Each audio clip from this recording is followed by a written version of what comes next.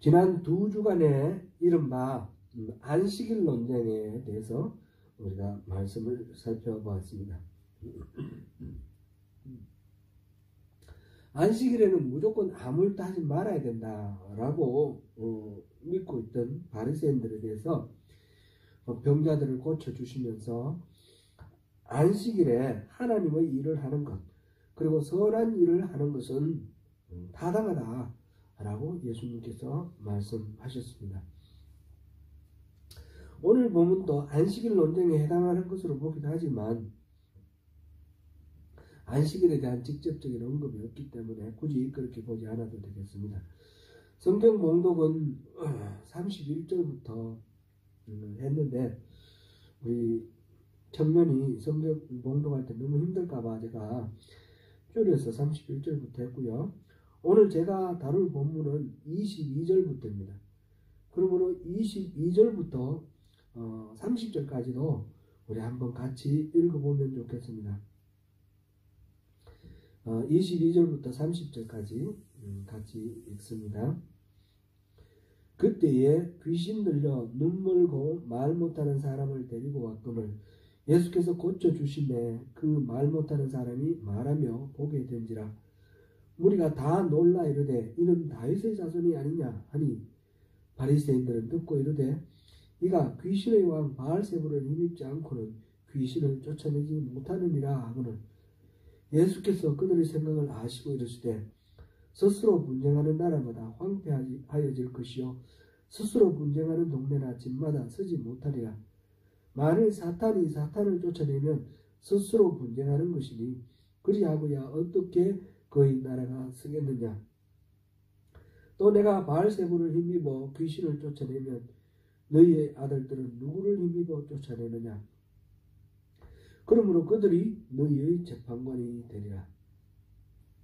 그러나 내가 하나님의 성령을 힘입어 귀신을 쫓아내는 것이면 하나님의 나라가 이미 너희에게 임하였느니라.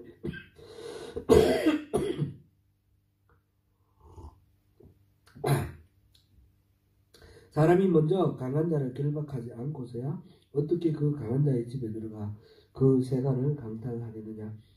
결박한 후에야 그 집을 강탈하리라. 나와 함께 하지 아니하는 자는 나를 반대하는 자요 나와 함께 모으지 아니하는 자는 해치는 자니라. 아멘.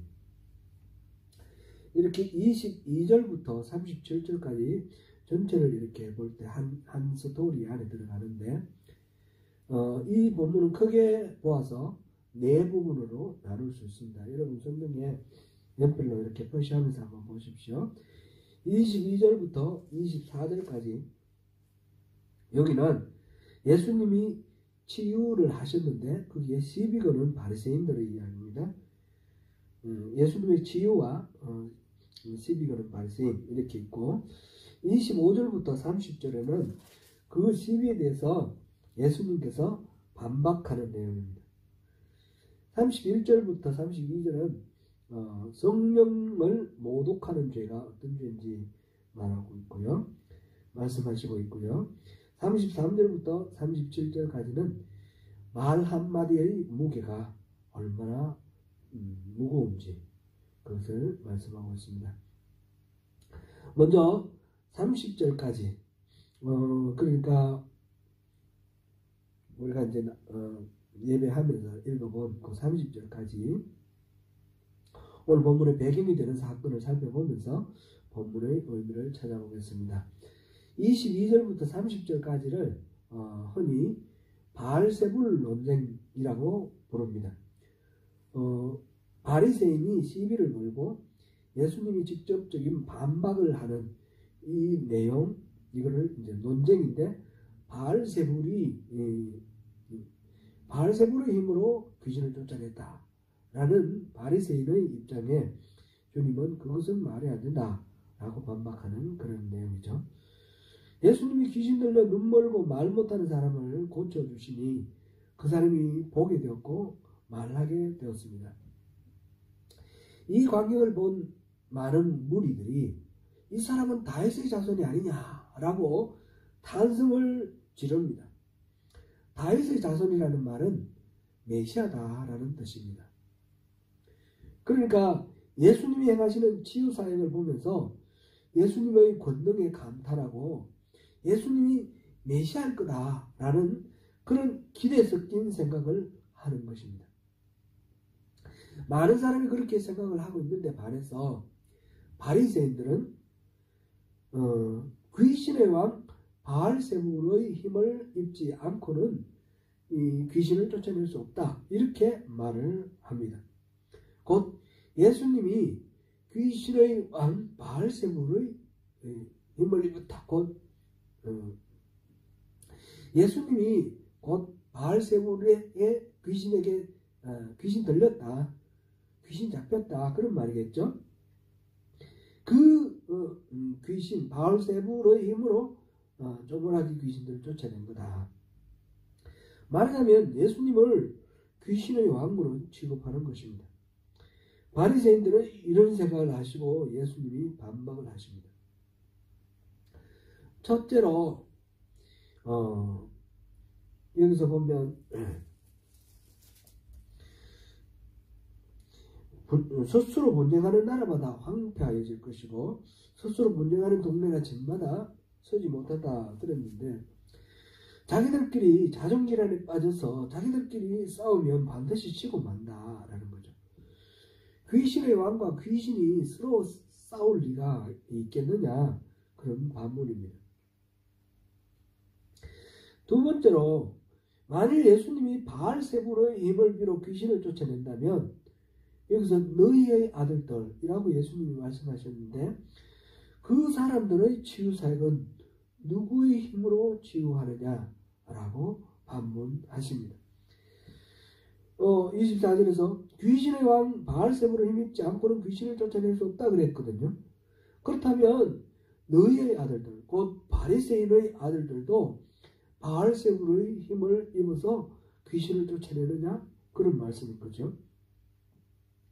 사실 그 당시 바리새인들도 실제로 귀신을 쫓아내는 사역을 많이 했다고 합니다. 요세푸스의 그 유대 전쟁 사극에 보면 그런 내용들이 많이 나옵니다. 실질적으로 그 당시 바리새인들이 귀신을 쫓아내는 그런 사역을 많이 했는데, 자기 스스로 모르면 바알세불의 힘을 빌지 않고는 귀신을 쫓아낼 수 없다 그러면 그들이 바알세불의 힘을 빌었느냐, 예수님의 반문입니다. 그래서 예수님은 그 바리새인들의 아들들, 바리새인 중에 치유사역하는 사람들이 바로 지금 예수님을 모함하고 비방하는 그 사람들에 대해서 재판관이 되어줄 거다, 그 말씀하십니다. 세 번째로 예수님께서 반박하는 것은, 만일 예수님이 성령의 힘으로 귀신을 쫓아내는 것이라면, 이거는 만일이라기보다는 바알세불의 힘으로 쫓아내는 것이 아니고 실제로는 성령의 힘으로 쫓아내는 것이다. 이거를 여러분들이 받아들인다면 이미 하나님 나라가 이 땅에 이루어진 것이다, 이렇게 말씀하십니다. 그 말씀을 하시는 근거로서 여기 강한 자를 결박하지 않고서 어떻게 그 강한 자의 집에 들어가 그 세간을 강탈하겠느냐, 이렇게 표현인데, 비유가 이제 강도 같은 그런 비유라서 좀 이상하긴 한데, 이거는 대적하는 전쟁을 상상하면 되겠습니다. 우리 백성이 대적에게 포로로 잡혀 있다면 그 강한 자를, 그 포로로 잡고 있는 그 자들을 먼저 가서 그들을 제압하고 결박을 시키면 거기에 잡혀있는 사람들을 풀어올 수 있다, 이렇게 이해하면 되겠죠. 지금 보지 못하고 듣지 못하게 하는 귀신은 강한 능력을 가진 그런 귀신입니다. 그 강한 자를 결박해야만 그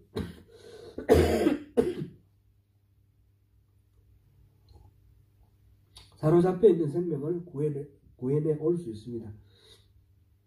성령은 강한 귀신을 제압할 만큼 더욱 강한 능력이 있는 것입니다. 그러한 성령님으로 인해서 예수님이 환자를 치유하시는 그 시각부터 하나님의 나라는 하나님 뜻이 이미 실현되었기 때문에 하나님의 나라는 이미 임하였습니다. 네 번째로 예수님께서 하신 말씀이 나와 함께 아니하는 자는 나를 반대하는 자요 나와 함께 모으지 아니하는 자는 해치는 자니라. 그렇게 말씀하셨습니다. 지금 예수님에 대해서 반박하는 바리새인들에게 나를 해치는 자요 나를 적대하는 자다 이렇게 말씀하시는 것입니다. 이 부분은 다른 말씀이 또 이렇게 연상되어 떠오르거든요. 누가복음 9장 50절과 좀 비교하면서 살펴볼 필요가 있습니다. 누가복음 9장 50절입니다.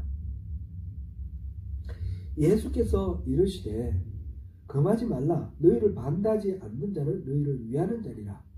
지금 여기서는 함께하지 않는 자는 대적하는 자라 그랬는데 반대하지 않는 자는 너희를 위하는 자다. 그러면 중간에 구경하고 있는 사람도 있을 거 아니에요. 반대하지도 않고 같이 동참하지도 않고 그런 사람은 어떤 거냐 그런 생각을 해볼 수 있는데 지금 누가복음 9장 50절 이야기는 반대하지 않는 자는 너희를 위하는 자다. 이 말씀 나온 배경을 보면 어떤 사람이 예수의 이름으로 귀신을 쫓아내었습니다. 근데 그 사람은 예수를 따라오지를 않았어요. 사도 요한이 그 사람에게 그래서 그러려면 예수 이름으로 귀신 쫓는 짓 하지 마라 이렇게 금했다는 거죠. 이 사람은 예수님으로부터 특별한 권위를 부여받은 제자는 아니었지만 예수님의 권능을 믿었기 때문에 예수님의 이름으로 귀신을 내쫓았습니다. 그래서 예수님은 금하지 말고 내버려두라 이렇게 말씀하셨습니다. 그러니까 반대 안 하고 그냥 내 이름으로 뭘 한다면 결과적으로는 다 예수님의 그 복음이 전파되는데 보탬이 될 것이기 때문에 그렇게 말씀하시는 거죠. 이거는 사도 바울의 이야기 속에도 그런 내용이 있는데 아무튼 여기서는 오늘 본문에서는 그것과 좀 다르죠.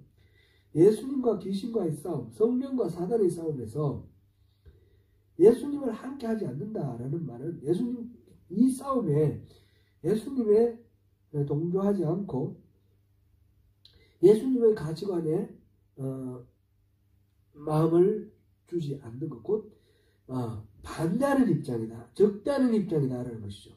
사단을 지지하는 입장을 취하는 것입니다. 성령과 귀신의 싸움에서 중간지대는 없습니다. 이쪽이 아니면 저쪽입니다. 확실하게 결단을 하고 하나님 편에 서기를 촉구하고 계시는 부분입니다.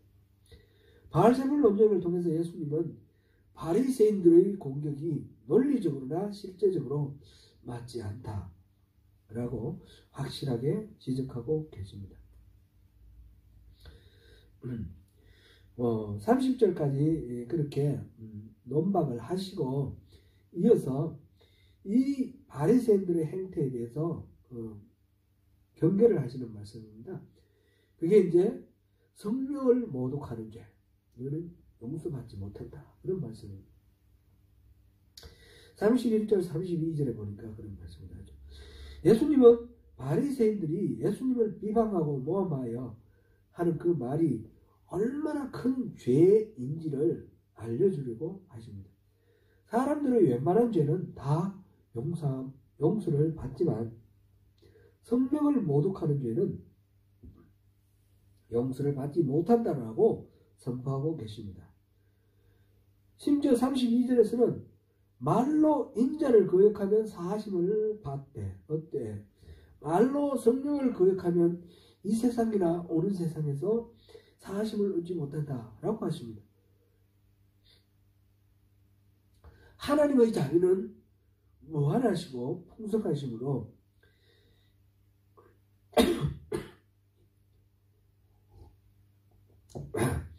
인간의 모든 죄악은 다 깨끗이 없애 주실 수 있습니다.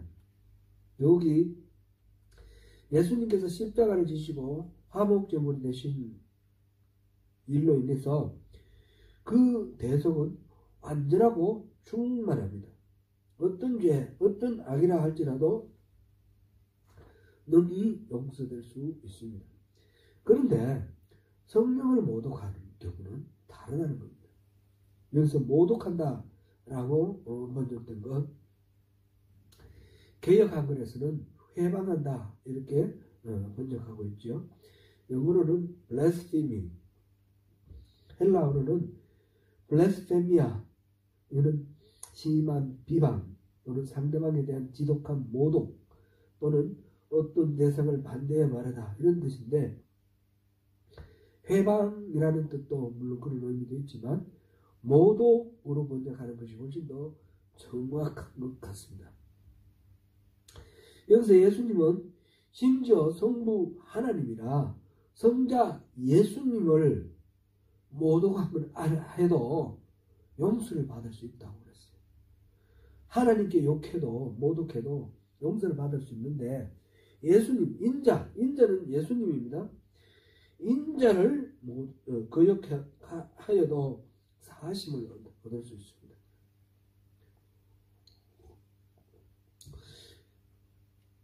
그런데 성령을 모독하는 것, 성령을 거역하는 것은 용서받을 수 없다고 하였습니다. 왜 그렇습니까? 성령이 하나님이나 예수님보다 더 우월한 존재라서 그렇습니까? 그렇지 않습니다. 그렇다면 예수님의 대속의 사역이 불충분하다는 뜻입니까? 전혀 그런 의미가 아닙니다. 이 부분을 이해하기 위해서는 성령이 하시는 사역에 대해서 좀 정리해 볼 필요가 있습니다. 성령은 성부 하나님의 영이며 성자 예수님의 영입니다. 성령은 우리 안에 오셔서 우리의 영을 다스리십니다. 우리 예배 끝날 때 축도하죠. 축도할 때 이제는 우리 주님 예수 그리스도의 은혜와 하나님의 지극하신 사랑과 성령의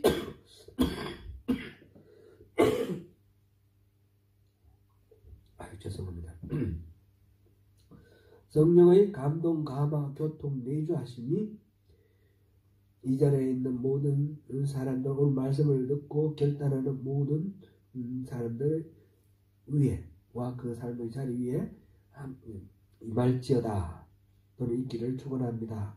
이렇게 이제 축도를 하는데, 성령 부분을 보자면 감동, 감화, 교통, 내주 이렇게 합니다. 뭐 다르게 말할 수도 있지만 이게 이제 가장 표준화된 그런 축도 내용인데, 내주라는 말은 우리 안에 사신다, 거주하신다 그런 뜻이고요. 교통이라는 말은 communicate, 서로 성령님하고 우리의 영이 서로 communicate, 서로 의사소통을 한다 그런 의미죠. 감동, 감화.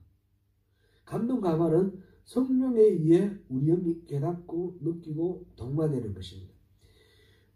성령의 은사의 측면에서 보면 성령님이 에너지처럼 그렇게 느껴지기도 하는데, 성령이 진리의 영으로서 우리를 깨닫게 해주잖아요. 그런 측면에서는 깨달음, 감동, 감화 이렇게도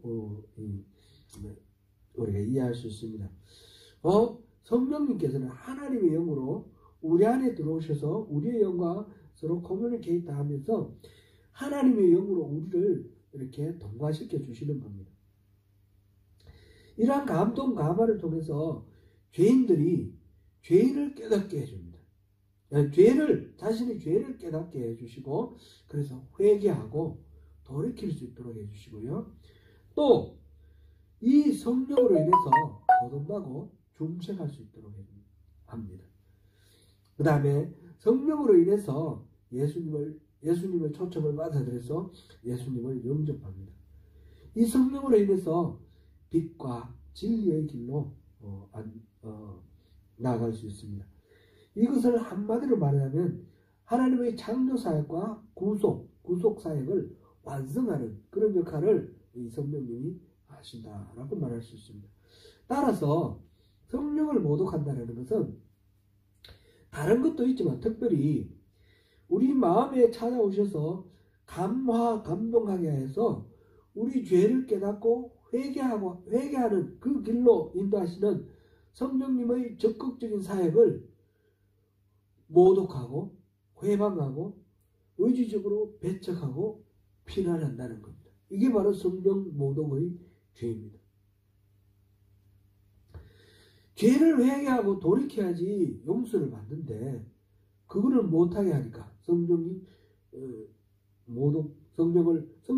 성령을 모독하고 회방하니까 돌이키지 않고 회개하지 않으니까 용서받지 못하는 거예요. 용서받지 못하는 것은 용서하시는 하나님의 그 용서의 능력이 부족한 것이 아니라 우리가 돌이키지 않기 때문에 그렇다는 것입니다. 그래서 성령을 모독하는 것은 성령의 역사, 지금 예수님이 지금 성령의 힘을 입어서 귀신을 쫓아내는데 그런 것을 굳이 바알세불의 힘으로 쫓아낸다라고 성령이 하시는 일을 사단의 일로 단죄하는 것, 이것도 바로 성령을 모독하는 거죠. 그 일을 하신 성령을 모독하는 거잖아요.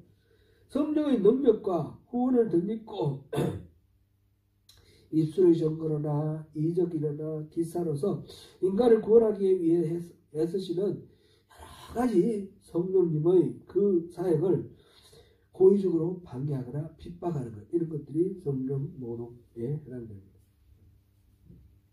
그 다음에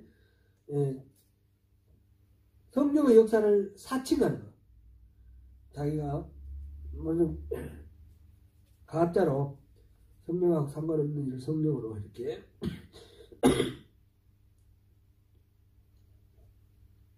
포장하여 사칭하는, 그래서 자신의 이익을 추구하는 것 등을 가리킵니다. 교회에서 보면 한국 교회에서 이제 그런 패단이 많이 있습니다. 어떤 카리스마틱한 그런 지도자들이 자신의 어떤 영광을 관철하기 위해서 성령의 이름을 이렇게 빗대어서 그렇게 하는 경우들을 많이 봤습니다. 이처럼 성령의 사역을 고의적이고 적극적으로 모독하고 방해하는 이런 사악한 심령은 참회와 중생의 기회를 가질 수 없기 때문에 끝내 영원한 심판의 자리에 떨어지고 말 것입니다.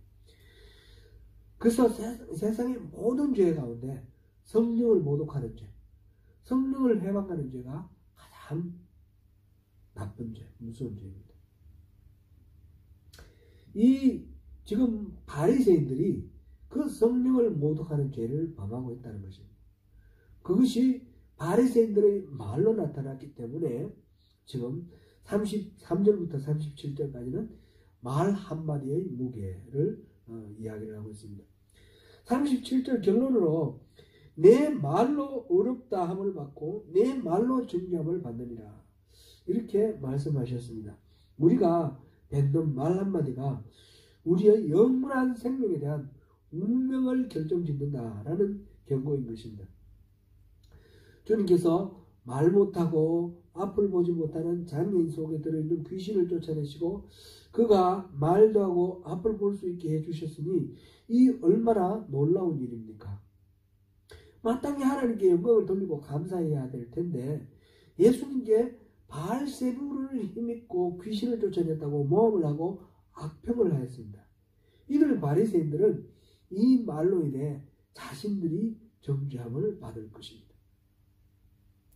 그런데 여기서 말로 어렵다함을 받고 말로 정죄함을 받는다 할 때 이 말은 꾸며서 하는 그럴듯한 말, 마음이 없는 말, 어쨌든 듣기 좋은 말 많이 하라, 이런 뜻이 아닙니다. 자신 속에 있는 생각을 자연스럽게 표현해 입으로 나오는 말을 말하는데 이게 어떻게 나오느냐. 나무의 종자가 좋아야 좋은 열매를 맺습니다. 좋은 열매를 맺기 위해서는 좋은 품종의 나무를 심어야 합니다. 좋은 말을 하려면 성품이 좋아야 된다는 거죠. 말만 번들어하게 할 수 있는 그런 기술을 익히라는 뜻이 아니라 그렇습니다. 선한 사람은 쌓은 선에서 선한 것을 내고 악한 사람은 산 악에서 악한 것을 낸다 하였습니다. 열매를 보면 나무를 알 수 있습니다. 바리새인들이 그렇게 나쁜 말의 열매를 맺는 것은 그들의 나무, 그들의 어떤 성품, 가치관, 그들이 믿는 가치관, 이것이 나쁜 그런 결과입니다. 그들의 마음에 가득한 것이 입으로 나오는 것이 말이 되었습니다.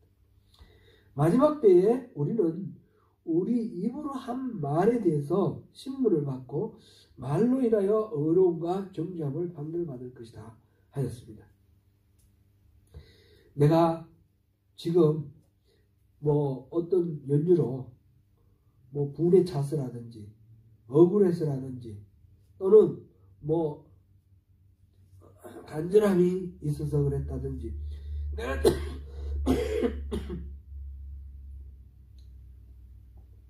지금 하는 이 말에 대해서 나중에 심판할 때 하나님 앞에서 신문을 받을 거랍니다.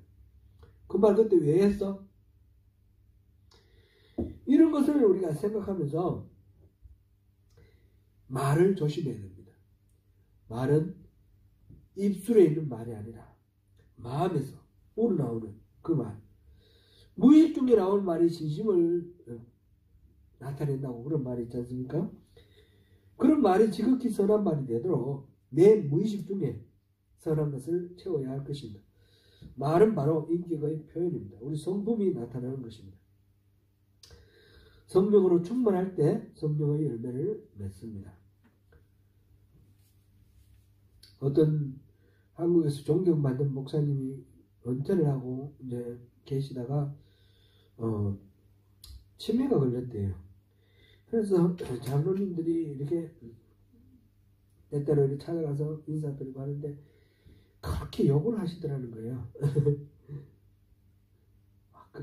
그렇게 한국 사회에서 존경받는 분인데 치매 그 병 중에 뇌 어느 부분이 병이 들면 욕하는 그런 난폭한 말하고 욕하는 그런 병도 있다고 그래요.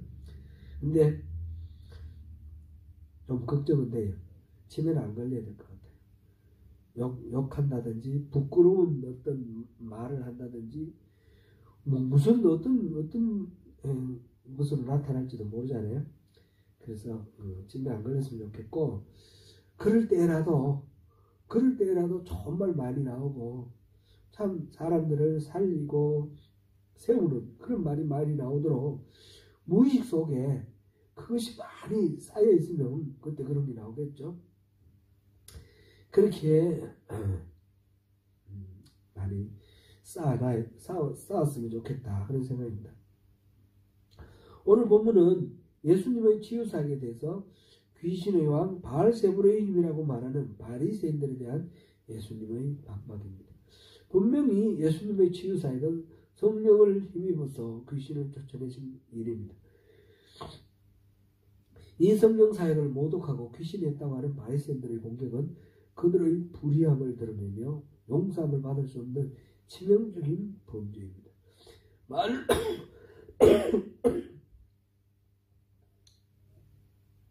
말로 성령을 모독했고 거역했기 때문입니다. 우리는 정말 말을 책임있게 해야 합니다. 우리 안에 성령으로 충만할 때 참으로 주님을 따르는 제자가 될 수 있습니다. 오늘 본문은 이른바 안식일 논쟁의 뒤에 배치되어 있습니다. 율법의 문자적 준수가 하나님의 뜻을 따르는 것이 아닙니다. 형식은 어디까지나 내용을 담기 위한 도구입니다. 내용이 부실하면 형식이 아무리 잘 갖추어져 있어 아무런 소용이 없습니다. 바리새인들은 내용이 독사의 자식들처럼 악한 것들로 꽉 차 있었습니다. 그래서 자연스레 성령을 거스르고 모독하는 말을 하는 것입니다. 사랑하는 성도 여러분, 내 입이 영원한 생명 운명을 결정짓는다는 오늘 본문의 결론을 마음에 새기시면서 하나님과 사람들에게 의롭다는 칭찬을 받을 수 있도록 우리의 말을 잘 정비하시기를 바랍니다. 그러나 무엇보다 입에 말린 말이나 말 기술이 아니라 진실이 담긴 정직하고 바른 말로 서로 신뢰할 수 있는 관계를 만들면서 함께 하나님 나라를 만들어 가야 하겠습니다. 말을 통해서 사람을 살리고 은혜를 끼치며 용기를 주는 그런 말을 할 수 있어야겠습니다. 세상의 악의 물결이 우리를 덮쳐 짓누르더라도 이미 임하신 하나님 나라의 백성답게 성령님께서 우리 안에 계셔서 이미 활동을 시작하셨기 때문에 성령으로 충만한 가운데 좋은 열매를 풍성하게 맺는 저와 여러분이 되시기를 축원합니다.